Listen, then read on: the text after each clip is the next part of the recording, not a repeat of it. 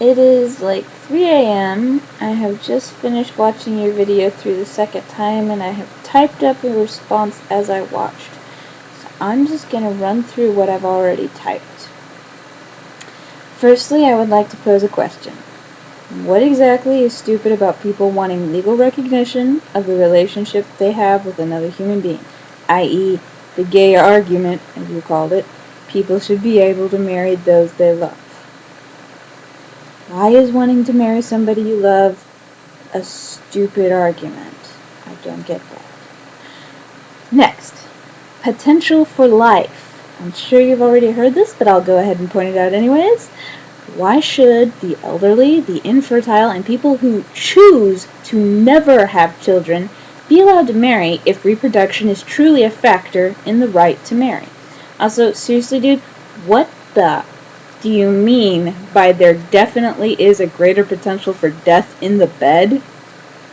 I'm not getting that. I don't get that at all. Please explain that to me.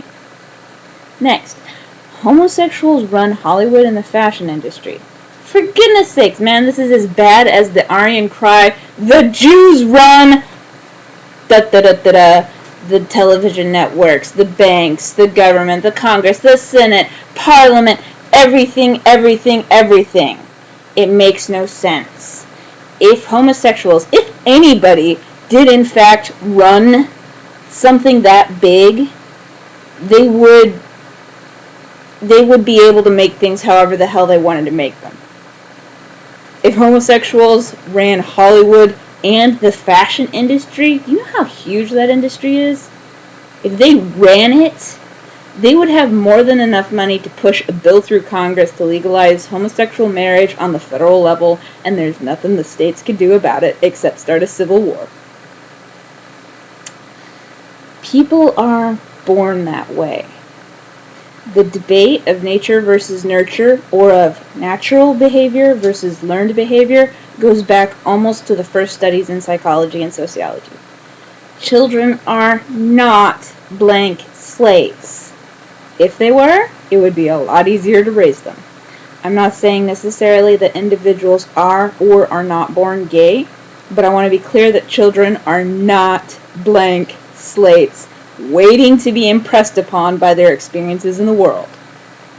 You ever heard of temperament? Why one baby sits quietly and smiles happily while the other screams its head off? It's not just a matter of one's hungry and the other isn't. It's a natural disposition. However, there are people who do learn the behaviors and find it preferable to behave in a homosexual way for a variety of reasons, a few of which you illustrated. However, your example with Tiger Woods fails to address the fact that golf is almost completely a learned skill, whereas sexual preference, not acts mind you, but merely preference for one gender over another, is something that occurs naturally and goes back to genes, not experiences. A pattern of behavior, i.e., the homosexual lifestyle, develops from a combination of natural impulses that begin on the genetic level and learned behaviors.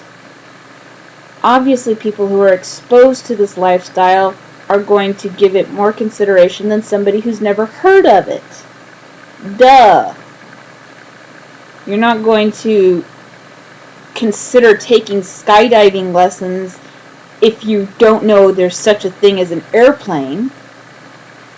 It just kind of makes sense that people who are exposed to the lifestyle would naturally consider it, and those with that genetic preference might adopt it, even if they learned it in penitentiary. Depending on the circumstances, nature, or genes may win out over all the nurturing in the world, as with a friend of my ex, who had gay tendencies from early childhood on. His parents heavily discouraged it, and he is today very much a gay man. Like, very, very, very, very gay. And he's proud of it. On the other hand, learned behaviors can win out over a genetic predisposition, such as a predisposition for drinking heavily. I have a friend who it runs very strongly in her family to abuse alcohol, and she has taught herself not to. Moving on. You could start doing gay acts, but that wouldn't make you gay. You don't find the acts appealing, therefore you choose not to do them. Hence, you are not gay. Action and preference are two different things. Example 1. Jack and Adam both experience arousal at the sight of naked men. Jack pursues sexual acts with other men, while Adam chooses to be celibate. Their actions do not define their preferences. Both men are gay, but they choose to act in different ways. Example 2. Neither Jack nor Adam find other men arousing. Jack performs gay sex acts for money, politics, whatever reason. Adam does not indulge in sex at all. In this case, neither man is gay. Your argument here seems to mostly focus around the generalized statement, people are born gay. So let me offer this compromise. Some people are born gay. Some people choose to pursue a gay lifestyle, though their original sexual preferences may have been heterosexual, or maybe even asexual. I don't know. Whatever. Polygamy. This brings back some funny memories. In my philosophy class in college, we touched on this very subject in the gay marriage debate. The anti-gay side had a very similar argument to what you presented. It went something like, if same-sex marriage is legalized, then where will it stop? Why not polygamy, or bigamy, which is one woman with several husbands, or marrying a dog, car, sibling, etc.? My response stunned the whole class, both sides of the debate, and my professor. Yes, polygamy is the next logical step. I don't believe it's wrong either. However, an animal, an inanimate object, and a minor are a completely different matter.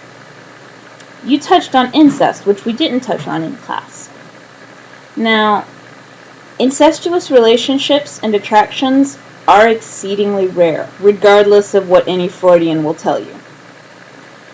And the couplings of such unions are not nearly as devastating insofar as child defects as most people are led to believe.